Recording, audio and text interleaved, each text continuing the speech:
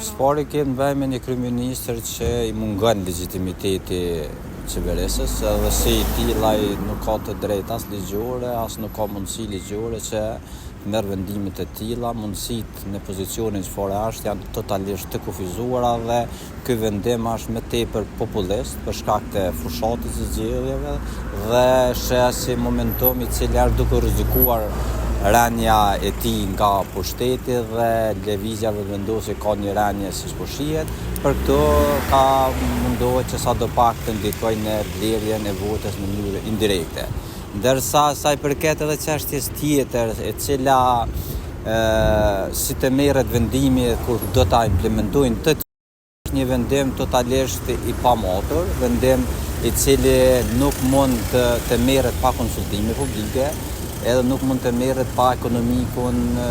pa këshillin ekonomiko-social i cili ka kompetenca edhe ka me zbatuar një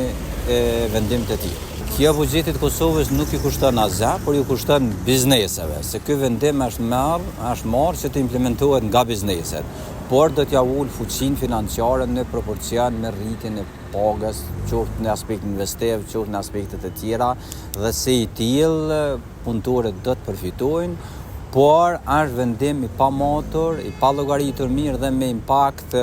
që mendoj më shumë do të ketë pasoja në aspektin ekonomik se sa do të ketë përfitime. Kryeministri në detyrë ndërheqje, kryeministri i cili ka kaluar gjitha legitimitetin ligjor dhe kushtetues që është duke mbajtur si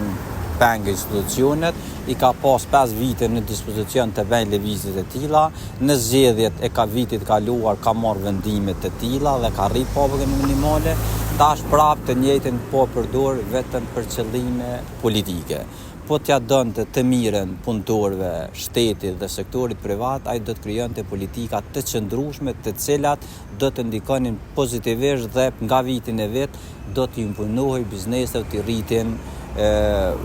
pagën minimale në proporcion me rritjen e kërkesës dhe fuqisë vlerëse që ka